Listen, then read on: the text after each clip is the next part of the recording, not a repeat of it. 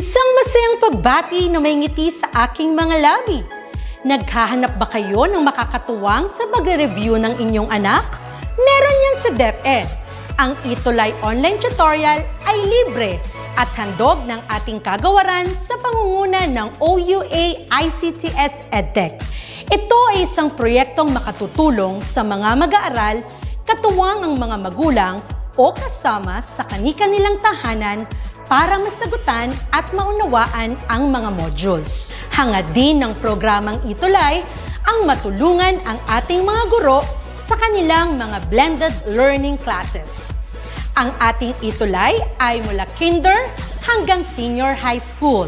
Bukod sa academics, meron din tayong mga special programs gaya ng All is Wellness, Reading and Math Remediation, Storytelling, Mommy Tech Talks, Classes sa Gramatika, Speech Class, Financial Literacy, at marami pang iba. Pinalawig din ng ETUlay ang ating Alive program para sa mga mag-aaral mula grade 1 hanggang grade 3. Gayun din ay mayroon tayong ALS program at SPED tutorials na makasisigurong makakamit ng lahat ang inclusive education. May SPED hotline na rin para sa inyong mga katanungan patungkol sa special education. Kaya, subaybayan mula Lunes hanggang Biyernes, mula 9:00 ng umaga hanggang 7:00 ng gabi ang ating ETUlay. Sa ating pagtutulungan, maiaangat natin ang bawat isa. Ating itutulay ang pagkatuto upang di mapigil ang pag-aaral ng kabataang Pilipino. Itulay natin ito, sulong edukalidad.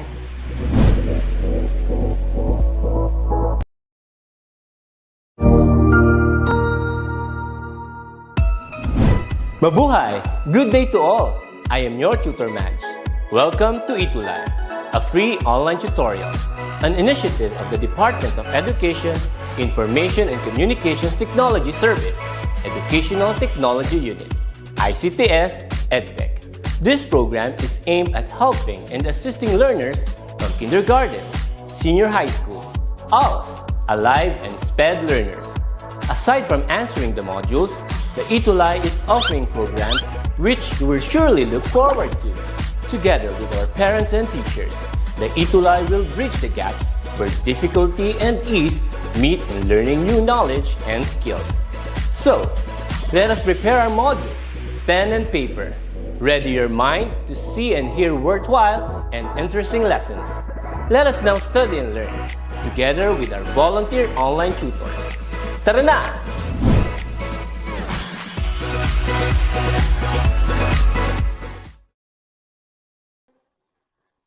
Ayan. Yan, isang magandang hapon po sa ating mga estudyante, sa mga learners or mga grade 5 learners at sa mga magulang at kapwa ko guro. Welcome! Good day grade 5 learners! Samahan niyo muli ako sa panibagong linggo ng makabuluhang talakayan dito lamang sa ating ETUlay online tutorial. At ako muli si Tutor Maha mula sa Bagna Elementary School, SDO Malolos City, and today is another lovely day to learn and explore things. Hapon sa mga learners natin mula sa San Ildefonso South District, Bulacan, at ang kanyang advisor na si Ma'am Jane Basalio at ang kanyang principal, ayan, na si Sir Solomon C. Fernandez. Hello, Aubrey Madison. Kasama din natin si Faye Paula Perin Calistero. Yan, na-miss ko yung mga grade 5 learners natin na yan. Hello po Arken Stephen F. V. Faustino grade 5 SSES mula sa Pinaod Central School San Ildefonso. Kasama din natin, ayan, ang mga mag-aaral mula sa Patulo Elementary School, Marilao, Bulacan, at ang kanilang advisor ay si Ma'am Michelle Lynn Alonso Rangel at ang kanyang principal ay si Doktora Elma C. Igayan. Hello grade 5 learners! Welcome to our DepEd ETUlay online tutorial. So now, ayan, Hello po, hi po tutor, hi din sa mga bago nating mga learners. Kasama din natin si Arian Gimeno Psycho. Okay, so from the Earth's atmosphere to the outer reaches of our solar system, ayan, let us discover today the mysteries of spaces. Okay, or the space mismo. So time to wear your virtual spacesuit and to fasten your seatbelt. Let us join us in a space adventure grade 5 as we learn about the moon, the stars, and more. Ayan, magandang hapon po sa mga kapwa ko guro na nanonood. Hello, Shania Venice. Hello, hi, Faye. And syempre kay Aubrey Madison. Hello po sa inyong lahat. So now, but before we move on, allow me to exercise your mind through our Sai Balik Tanaw. Okay, so when you look up at the night sky, ayan, grade 5, what are the things that you usually see? Ano ba yung madalas nyong nakikita kapag tumitingin kayo sa langit tuwing gabi? So ano yung madalas ninyong na-observe? What are the things that you see usually? Okay, hello to Ark and Stephen Biba Faustino. Ayan, sabi ni Shania, moon daw ang kanyang nakikita. Sabi niya may stars, may full moon. Sabi din ni Faye Paula, meron daw stars, may stars po. Okay, now, do you see the beautiful shining stars na nasa ating na nasa sky or nakikita natin tuwing night? Oh, and perhaps you also see the moon, also full moon po, sabi ni Faye Paula, yes. So aside from the fact that we see it during nighttime, okay, what else do you see about the moon? Okay, so now, yes po, sabi ni Shania. So let us find out through this activity. How many questions can you answer correctly about the Earth's moon? So I will show to us how smart you are by taking this lunar quiz na ipepresent ko sa inyo. Okay, let us start.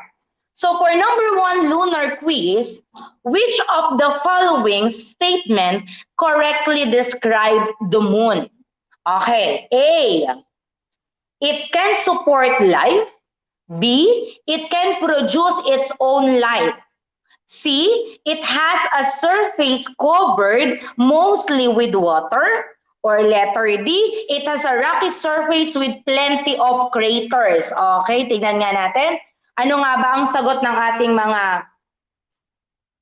Okay, ano kaya? Tingnan nga natin ang sagot. Okay, ng ating... Hello kay Shania Benice. Ayan si Shania Benice. Hello din kay ayan si Martin. Hi Martin. Ayan si Martin. Namiss ko talaga yung si Martin. Okay. Ayan yung mga ano natin, yung mga mag-aaral natin talagang active or nakasama natin at lagi nating nakakasama sa ating online tutorial. Ayan. Hello din kay Cheska. Ayan, sumasagot na sila kahit na wala ang ating PowerPoint. Ayan. Steven, sabi ni Steven ID. Sabi din ni PayPal ID. Okay. Tingnan nga natin pag tingnan natin kung ano ang ating o ang sagot para sa number 1 question or lunar quiz natin. Okay, tingnan nga natin. Ano nga ba ang tamang sagot? Okay. So let us find out. Ayan na, ang ating PowerPoint presentation ay nawala lamang sandali. Ayan, sabi nyo nga ay letter D. So now let us check your answer. Tingnan nga natin kung ito nga ba ay letter D or ang sabi nga dyan, it has a rocky surface with plenty of craters. Okay, tingnan natin kung tama nga kaya ang inyong mga kasagutan. So for number 1 question, the correct answer is, okay. The correct answer is, okay, letter D, very good, okay, very good. So the answer is letter D, you had a great start. Next tayo, what causes the moon to shine? Ayan, ano kaya ang nagiging dahilan? Okay, what causes the moon to shine? A, it has its own natural light. B, it has a red hot surface or help it to glow. C, its atmosphere absorbs light in space. Or D, its surface reflects the light from the sun. Okay, type nyo lang number 2 and the letter of your choice sa ating comment section. Okay? Number 2, the correct, sabi ni Steven ay D. Ni Arkin ay letter D din ang kanyang sagot. Sabi din ni Aubrey Madison ay D at ni Paula ay letter D. So now, grade 5 learner, if your answer is letter D, then you are correct. Okay, very good. Because the moon reflects light from the sun at anong nangyayari? It gives or it giving it glowing appearance. Kaya nagkakaroon or nagiging shine ang ating mga moon. So number 3 lunar quiz. Who is considered the first person to set foot on the moon? Ayan, sino nga bang kauna-unahan? Okay, number 1. Letter A, Neil Armstrong. Letter B, Buzz Aldrin. Letter C, Jim Lovell. Or D, Orville Wright. Ayan. Sige, type nyo lang number 3 and the letter of your choice. Sabi ni Angel, letter A. Ni Pay Paula, letter A. Sabi ni Martin, hala. Sabi ni Aubrey, letter A. Ni Francesca Calisterio ay letter A daw, sabi nila. Okay, the correct answer is, okay, letter A. All right, the answer is letter A, si Neil Armstrong. Apollo 11, yan, the spacecraft made the first moon landing in 1969. Okay. And Neil Armstrong was the first man na nakaapak or to set foot on the moon. And Neil Armstrong, then grade 5 learner, an American astronaut, he is famous for being the first person to set foot on the moon, and also he was a part of the Apollo 11 space flight together with the Buzz Aldrin and Michael Collins. Okay. Yes, sabi ni Angel. Okay, number 3. How long does a day last on the moon? Okay, letter A, 24 hours. Letter B, 27 to 29 Earth days. Letter C, 5 Earth days. Or letter D, 12 hours. Okay, type nyo lang number 4 and the letter of your choice. Sabi ni Shania Binis, letter B po. Sabi ni Faye Paula, letter D.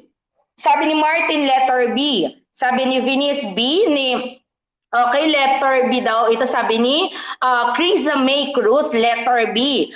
The correct answer for number 4 is letter B, 27 to 29 days or 29 Earth days. A day on the moon lasts or it is equals to halos 1 month. Okay. The moon affects the blank on our planet. Okay, again. The moon affects the blank on our planet. A, season. B, typhoon information. Letter C, tides. Or letter D, erosion. Okay. Last number, type nyo lang number 5 and the letter of your choice. Sabi ni Mart, ang bagal. Okay. Sabi ni Angel, A, parang may question mark, nagtatanong pa ata si Angel. Sabi ni Francesca, letter C. Sabi ni Martin, letter B. Parang patanong pa sila. Sabi ni Stephen Carr, letter C. Sabi ni Pay Paula, letter C. Ni Aubrey Madison, C. Ayan, puro C. Sabi ni Martin, B. Parang nagtatanong, okay. The correct answer for number 5 is, okay, did you say, sabi ni Shania, B. Okay.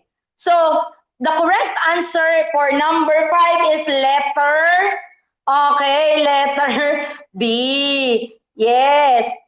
Did you say C, tides? Way to go. You are right once again. High and low tides are caused by the moon's gravitational pull that generates tidal force. O, sabi ni Martin, yay! Yan daw ang kanyang sagot. Okay, very good. So now, grade 5 learners, have you ever made Have you ever made wishes while gazing at the moon? How did you feel? Nakakita na ba kayo ng mga nagmo-moon gazing? Yan. And ano nga ba yung wini-wish nyo? Ayan, sabi si Martin naka 5/5. Very good. Si Art, Kane naka 5. Si Steven naka 4/5.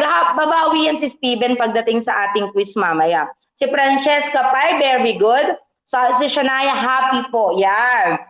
So, yan, may tanong na si Tutor Ma.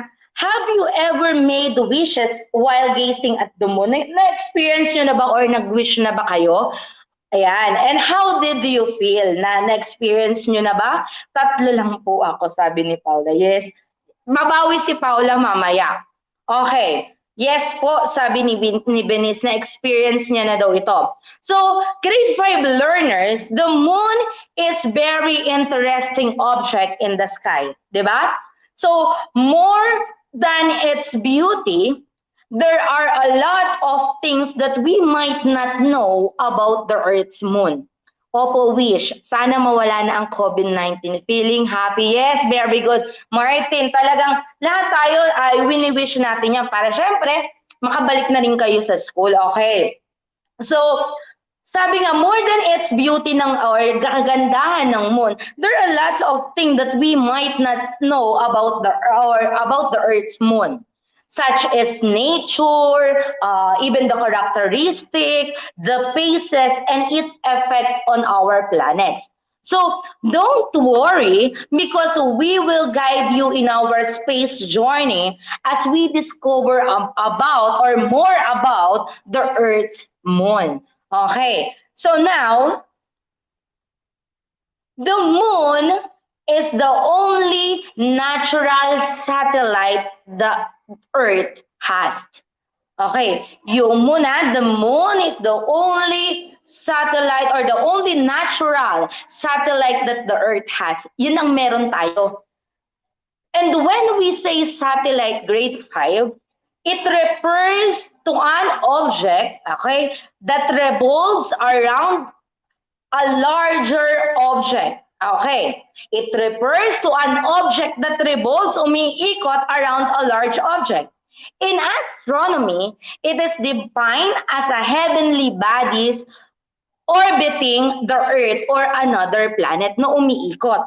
So some scientists believes, naniniwala sila that 4.5 billion years ago, according to a theory, the Earth smashes to a smaller planet known as Theia.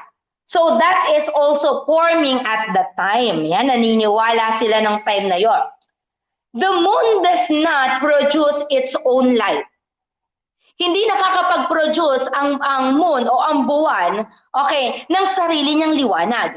It only reflects the light coming from the sun. Doon lang siya kumukuha. Yes, Martin, ang buwan ay gawa sa 43% oxygen, 20% silicon, 19% magnesium, 10% iron, 3% calcium, 3% aluminum, 0.42 chrome. Talaga nag-aral si Martin, very good. Yes po. So since it is revolving around the Earth, the amount of light it reflects from the sun varies as it changes its position and so with its appearance. Depende sa position na meron ito at sa pag-ikot nito or sa pag-ikot ng mundo. And these apparent changes or change is known as the phases of the moon. Okay, ang tawag natin dito is phases of the moon. So every time you look up at the sky at night, the moon seems to change its shape, di ba? Sa gabi na to, tumingin ka sa taas, sa sky, bakit ganun yung itsura ng moon?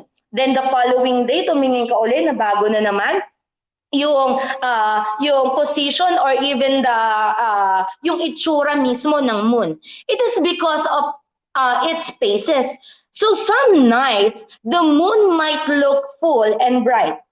So and on other nights naman, you might not be able to see the moons at all. Hindi nyo naman talaga nakikita asan yung moon or ano yung itsura ng moon.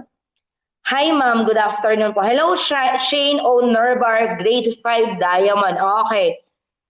And the different ways the moon looks from Earth and different times of the month are called the moon phases. Iyon ang tawag natin. Yes, Janiel S. Tala, tama.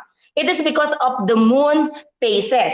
So now, sabi nga natin, dahil ito, yes, very good. Yes, waning, yes, yes, tama, pag-aaralan natin. So, if we could magically look down on our solar system, we would see that one half of the moon is always illuminated by the sun. So the moon goes through phases because as the moon circles the earth, the amount of the lighted side we see from the earth also changes. Nababago din yun habang siya ay umiikot. So on earth, our view of the lighted part of the moon changes each night. Nababago siya tuwing gabi. So it all depends on the moon's position or angle as it orbits around the sun. Depende ito nakadepende sa posisyon at nakadepende sa anggulo at pag-ikot nito doon sa moon or doon sa mismo sa earth. So it is not shape of the moon that is changing. Ulitin ko grade 5 learners, it is not the shape of the moon that is changing.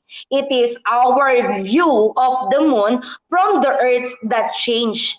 Okay, hindi nababago hindi nababago yung shape. Ang nagbabago lamang yung view natin doon sa moon from the earth that changes.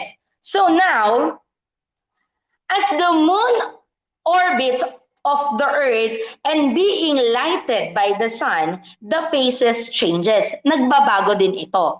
So the phases of the moon are the following. Ano-ano nga ba yung mga phases ng moon na meron tayo?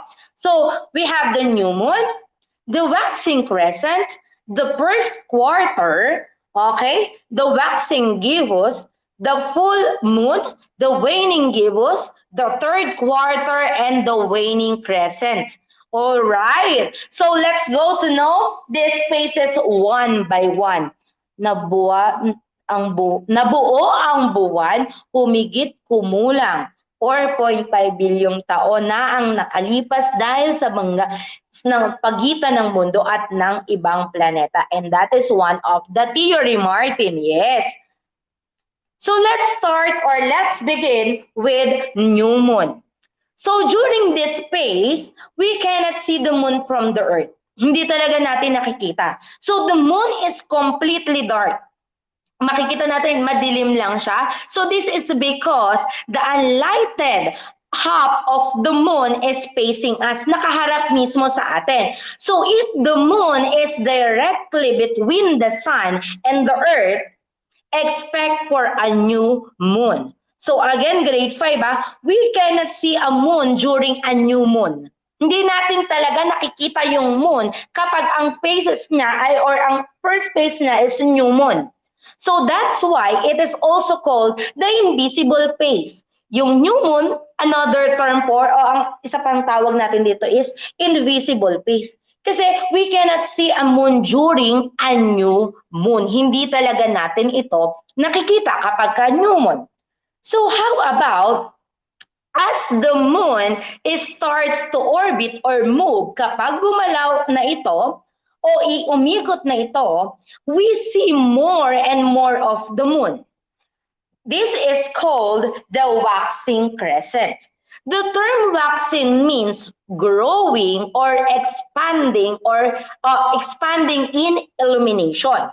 Ulitin ko, ang tawag natin sa word na waxing sa pagdating sa moon or sa phases of the moon is growing. Okay. And this moon can be seen after the new moon. After the new moon, okay, ay makakakita or ang next phase which is the waxing crescent. It is the phase that the moon seems to be growing and it starts to appear in a thin crescent light on the right side. Okay, the waxing crescent. Ibig sabihin, unti-unti or growing na yung light na nakikita natin. So medyo visible na pagdating sa waxing crescent. So by counting 7 days after a new moon, ayan, pagbilang natin ng 7 days after the new moon, our moon looks like this. Magiging ganyan na yung itsura ng ating moon. So this phase is called the first quarter. So as you can see, dyan sa ating picture, the right half of the portion is visible while the other half is dark. Okay, yan. Kumbaga sabi nga nila, yan daw po, shooter yung half moon na tinatawag. Kasi yung kalahati or the half portion is visible while the other half is dark. Yung kalahati lang yung nakikita natin. And that is the first quarter. Ang tawag natin dyan ay first quarter. Outside the lunar Maria, also known as the lunar craters and lunar terrae, also known as the lunar highlands. Inside the crust, the mantle, the partial melt, outer core, and the inner. Okay, yes, Angel talagang nag-aral or nag-review si Angel Leonardo. So after the first quarter is the waxing gibbous. The moon turns into waxing gibbous after the first quarter. The lighted portion or lunar shape of the moon increase. Nadadagdagan na ito. So, the first quarter, the half appears dark and dull. Yes, very good, Shania. What a surprise! It is now more than a half of the moon's face. Kung mapapansin niyo, hindi na siya half lang. So, the bright part of the moon is getting bigger. Mas malaki na yung nakikita natin or yung visible or mas madami na yung nakikita nating part ng moon. So, nearly all the moon is a little while a very small part on the left side is still dark. So kahit na yung other side is meron na siyang brighter or bright part at nagiging getting bigger na yung kanyang liwanag, meron pa ding part or the left part still ay dark. Iyan yung waxing gibbous na tinatawag. So now, the next phase is what we have a full moon. So after the waxing gibbous, we have the full moon. So full moon, if the earth is directly between the moon and the sun, expect for a full moon. Okay ha? If the earth, yung earth is directly between sa gitna ng moon and the sun, expect a full moon. Because sun lights up the entire o sa buang surface ng moon and of the moon facing the earth, na nakaharap siya mismo sa earth. So meaning to say, as kung mapapansin nyo, as you can see here, the whole moon is completely lighted. Maliwanag dahil ang pwesto nito is directly between the moon and the sun o yung earth ay nasa gitna mismo ng moon and the sun. So meaning to say, mag-expect tayo ng full moon because the whole moon is completely lighted or naliliwanagan. Now, after the moon's full phase, kapag nabuo na or we start to see less and less of the moon. And this is called the waning. The term waning, grade 5, means shrinking or decreasing in illumination. Nababawasan na ngayon. The full moon is because of the shape of this. Yes, Carl, yes, very good. So the lighted portion of the moon now decreases. So kung kanina, pag sinabi nating waxing or nag-grow yung liwanag. So pag sinabi naman natin na waning, pabawas naman ito, nagdi-decrease naman ngayon yung yung light or yung liwanag na meron ito. So this phase is called the waning gibbous, ang tawag natin dito. After the full moon, pagkatapos ng full moon, the moon begins to get smaller. About 3 to 4 of the left side is visible na lang. Yun na lang yung nakikita natin. And as you can see, nearly all the moon is little while a very small part on the right side start to get dark. Bumabalik naman. Okay, nagiging madilim naman yung part kapag nasa waning na tayo or the waning gibbous. So the first or on the third week of the month, okay, kapag third week na ng month, we again see half of the portion is visible while the other half is dark. We call this phase as the third quarter or sometimes it is called the last quarter ang tawag natin dito. Kapag okay, nandito tayo nasa waning gibbous tayo. So we have the waning crescent. In this last phase of the moon, the lunar shape continues to become smaller each night. Lalo siyang nagiging maliit ngayon or lalong hindi na natin masyadong makikita yung part ng moon. So we can also see a thin crescent of light on the left part of the moon. Okay, on the left side, while the rest is dark. Yun na lang yung nakikita natin kapag waning crescent. So now, yes, hello po, good PM, Tutormahan to all viewers, grade 5, advisor watching from the West Central School, Santa Maria District, SDO, Pangasinan. Hello to Van Aldrich Rosal, ayan. And sabi nga ni Martin Angel, the moon's mass is about 0.001, 12 times of the Earth, which is 7.35. Okay, times the 10, 22 kilogram. The moon's gravity is one-sixth that of the Earth. Yes, very good. So now, the slice of reflected light, grade 5, continues to getting smaller each night. Anong nangyayari? Until the moon from waning crescent turns into a new moon. Babalik uli ito. So the moon goes through these 8 phases in 29 and 1/2 days or equals to 1 month. So remember, learners, the phases of the moon occur in the same order, and repeat themselves about once every month. Nangyayari o umiikot lamang ito na kung saan babalik ulit ito sa pagiging new moon.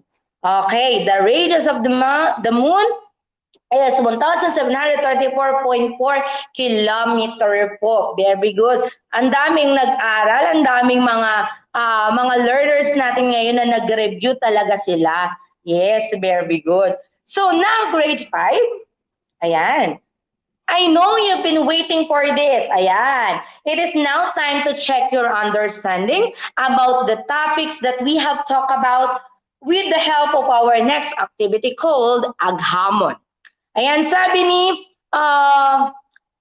Stephen Carl, after the waning crescent, the new moon is appear and the phases of the moon is backing in 1 month. Yes, sabi ko nga sa inyo, ay babalik lamang ito. Okay, babalik or the phases of the moon ay nangyayari in same order and repeat themselves about once every month. Yes, kaya ulit lang to ng ulit.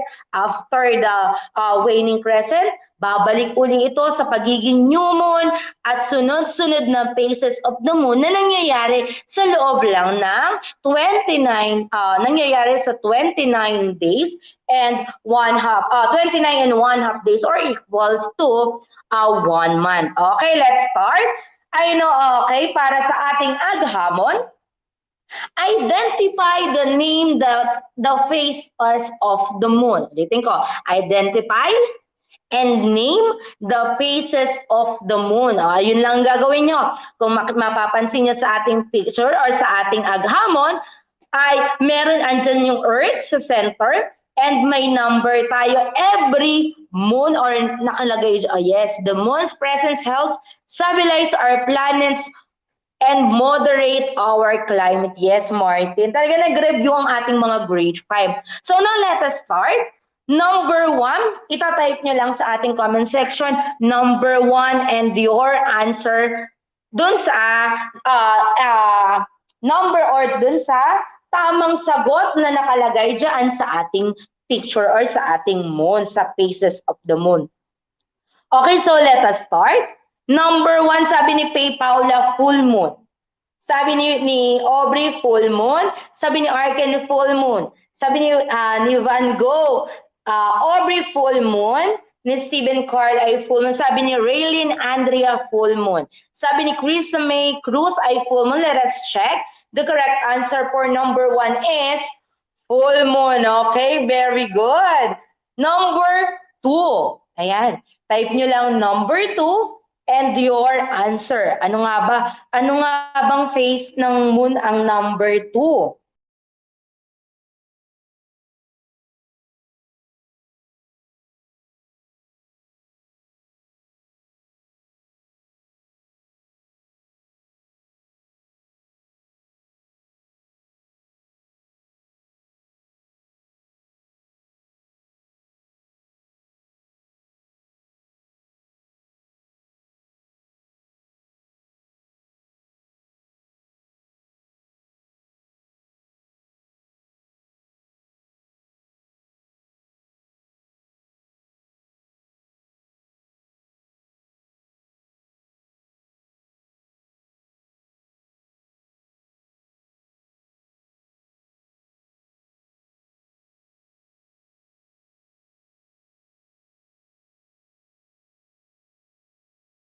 Calling all senior high school students. Let us all be super this second semester. Join your volunteer ETUlay tutors for science and technology subjects every Monday and be #Mahusay. Explore the incredible world of physical science with Tutor Lester and Tutor Nell, 4 o'clock to 4:40 p.m. Be internet smart and discover more about the different ICT tools that you can use on Empowerment Technologies together with Tutor Jane and Tutor Sa makabagong panahon, ETUlay para sa kabataang Pilipino. ETUlay, ETUlay sa kabataang Pilipino. ETUlay, ETUlay sa kabataang Pilipino. ETUlay, ETUlay sa kabataang Pilipino. Browsing and learning to use the internet is one of the easiest and funnest things to do today. A click here, another click there, and we can be anywhere. You can meet people from around the world. Hi! Read amazing stories and histories of the past. Ooh. And even have a glance of what may be seen in the future. But remember, using the internet without proper guidance and enough knowledge can also be one of the scariest we can ever imagine. Ooh.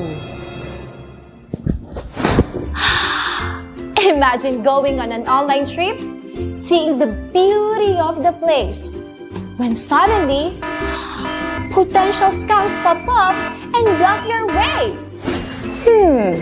Scams? These are dishonest tricks used to deceive people. And we don't want that to happen to any of us. So, be your own hero online. Be internet. Ayan, I'm back. Nawala nga ako kanina. So tuloy natin ang ating Aghamon Grade 5 learner for number 2. Ayan, tingnan nga natin kung ano nga ba ang sagot ng ating mga learners for number 2. Balikan natin ang ating mga, ayan, sabi niya, si Aubrey, very good sa full moon. Yes, number 2. Ayan, she's back, sabi ni Faye Paula, nawala si tutor. Yes, Martin, sinagot na nila ang ating aghamon mula sa phases or number 8. Yes,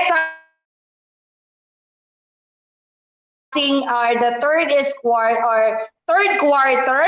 Ayan, sa number 2 ay waxing gibbous, very good. So number 3 natin or the third phase na nakalagay is the first quarter. Yes, very good. First quarter. Then number 4. How about number 4? Tingnan nga natin kung ano nga ba ang sagot ng ating mga learners for number 4. Yes, sabi ni decreasing yung waning. Yes, okay.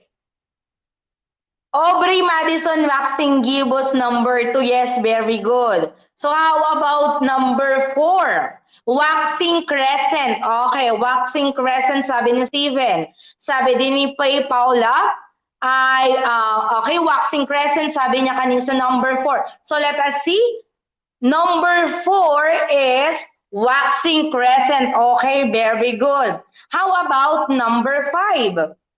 Ayan, waning crescent, sabi ni Shania, waning crescent, okay? Sabi ni Angel Yonado, for number 5 is new moon. New moon, okay. Stephen Carl, new moon. Sabi din ni Faye Paula Calisterio ay new moon. Sabi ni Martin ay new moon. Ni Stephen Carl, okay, let us check. The correct answer for number 5 is new moon. Okay, how about number 6? Type nyo lang, okay? How about number 6? Sige, ano kaya ang sagot para sa ating number 6? Yes? Ayan. Ano kaya ang sagot sa ating number 6 or the number 6 nating picture? Yes. Waning crescent daw sa number 6. Okay, check nga natin kung tama. Sabi ni, okay, sa number 5, yes, new moon ang sagot for number 5. Okay. Sabi din, okay, sabi ni Arkin for number 5 ay new moon. Yes, very good. It's new moon. Then number 6 is waning crescent. Okay, let us check kung waning crescent ba ang sagot for our number 6 phases of the moon. Sige, check nga natin kung waning crescent ba ang sagot. For number 6, the correct answer is, ayan, the correct answer is for number 6 is waning crescent. Very good. How about number 7, third quarter? Okay, sabi din ni Arkin ay third quarter. May nakapresent na slide sa inyo. Yes, wala. Yes, anak. Yes, number 7 is last quarter. Last quarter, sabi ni Steven. Sabi din ni Krisha May Cruz ay third quarter. Then sabi ni Martin, number 7 is last quarter. The correct answer is third quarter ang sagot for number 7.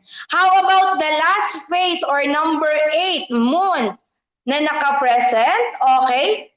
Sabi ni Arkin ay waning gibbous for number 8. Sabi ni Faye Paula Perli ay tama. Sabi ni Francesca, yay! Sabi ni Arkin, number 8 is waning gibbous. Waning gibbous. Okay, sabi ni Stephen Carl, waning gibbous. Ni Martin, waning gibbous. Ni Angel Yonado, waning gibbous. The correct answer for number 8 is waning gibbous. Okay, very good.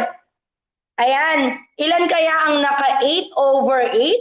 At ilan kaya ang score ng ating mga learner? Type nyo lang ang inyong mga scores sa ating comment section. Ayan, marami kaya ang nakatama para sa ating, sabi ni Angel, yay. Sige, ilan kaya? Si Martin ay naka 6, very good. Si Arkin ay naka 8 over 8, very good. Ay naka 6 over 8 pala siya. Okay. At si Steven naka 7 over 8. Ayan, naka 7 over 8. At si Arkin, very good. Si Shania naka 6 over 8, very good. Then yung mga, ayan, ano kaya ang score ng ating ibang mga learners? Very good. So now, ayan, muli mga grade 5 learners, once again, this is Tutor Maha. And if you want to keep learning with us, be sure to join us again next time for another day of learning science only here on ETUlay Level Up.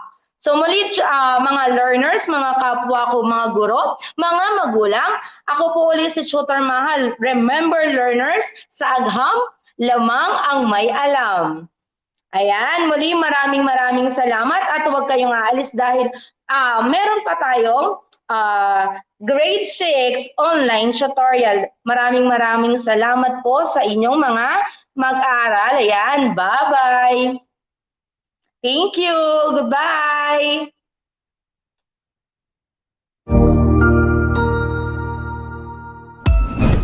Ang husay naman! Natapos mo ang iyong tutorial session kasama ang iyong mahusay na ETUlay tutor. May bago ka bang natutuhan? I-share na yan gamit ang hashtag #ETUlayLevelUp. Huwag aalis ha dahil may susunod pang programa na pwede mo ring panoorin at salihan dahil naghihintay na ang iyong mga tutors. Happy learning dito sa ETUlay!